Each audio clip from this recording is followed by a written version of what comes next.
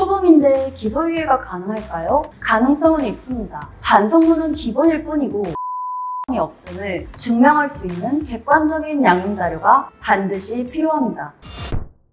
안녕하세요. 이도현 형사전문 변호사입니다. 오늘은 디지털 성범죄 중에서도 가장 무겁게 다뤄지는 아동 청소년 성착취물 사건과 불법 촬영물 사건에 대해서 말씀드리겠습니다. 이 사건들은 초범이라도 집행유예나 실형이 선고되는 경우가 많습니다. 그럼에도 불구하고 일부 사건에서는 기소유예나 선고유예라는 결과가 나오기도 합니다. 이 차이는 단순히 운이 아니라 사건 초기 대응과 변호인의 전략이 판사에게 얼마나 설득력 있게 작용했느냐에 따라서 달라집니다. 오늘 영상에서는 관련 법조문과 판사들의 판단 과정, 그리고 실제 상담에서 자주 나오는 질문에 대해서 다뤄보겠습니다. 먼저 아동 청소년 성보호에 관한 법률에서는 아청물의 제작, 유포, 소지, 시청까지 모두 강하게 처벌합니다. 특히 제11조 제5항은 이렇게 규정하고 있습니다. 아동 청소년 성착취물을 구입, 소지 또는 시청한 자는 1년 이상의 유기징역에 처한다. 즉 단순히 시청하거나 저장만 해도 최고 징역 1년입니다. 벌금형 선택지가 없는 것입니다.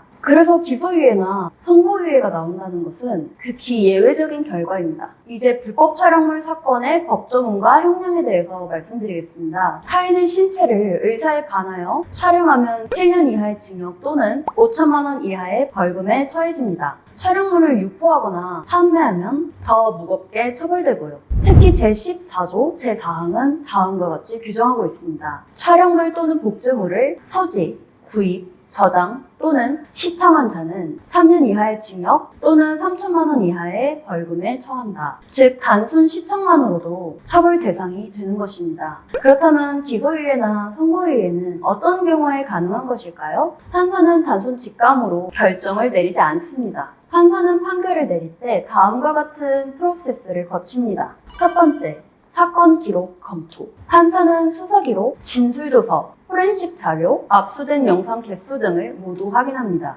두 번째, 변호인 의견서와 양형 자료 검토. 반성문, 성범죄 예방 교육 이수 내역, 사회봉사 내역, 피해자와의 합의서 등이 여기에 포함됩니다. 세 번째, 유사 사건과의 판례 비교. 비슷한 사건에서 어떤 판결이 내려졌는지 확인해 형평성을 고려합니다. 양형위원회가 정한 권고 범위를 기본으로 삼고 가중, 감경 사유를 더해 최종 형량을 정합니다. 판사의 판결 프로세스 중에 변호인이 개입할 수 있는 부분은 명확합니다. 첫 번째, 확정적 고의가 아니라 미필적 고의였음을 설득하면 판사의 평가가 달라질 수 있습니다. 두 번째, 단순히 반성문만을 제출하는 것은 효과가 약합니다. 판사가 의미 있게 받아들일 수 있는 자료를 어떤 순서로, 어떤 맥락에 맞게 제출하는지가 중요합니다. 세 번째, 공개 판례집이 아니라 실제 변호사가 받아낸 결정문과 판결문이 있어야 이를 활용하여 변호인 의견서를 작성할 수 있고 참고자료로 제출도 할 수 있기 때문에 변호인 의견서에 설득력이 생깁니다. 이제 상담에서 자주 나오는 질문들에 대해서 말씀드리겠습니다. 단순 시청 소지만 했는데 실형이 나올 수 있나요? 네, 아청물 소지죄는 징역 1년 이상부터 시작합니다. 초범이어도 실형이 선고될 수 있는 것입니다. 지인들과 사진 몇 장을 주고받은 것뿐인데 처벌되나요? 네, 전송 공유 자체가 유포 행위로 간주됩니다. 초범인데 기소유예가 가능할까요? 가능성은 있습니다.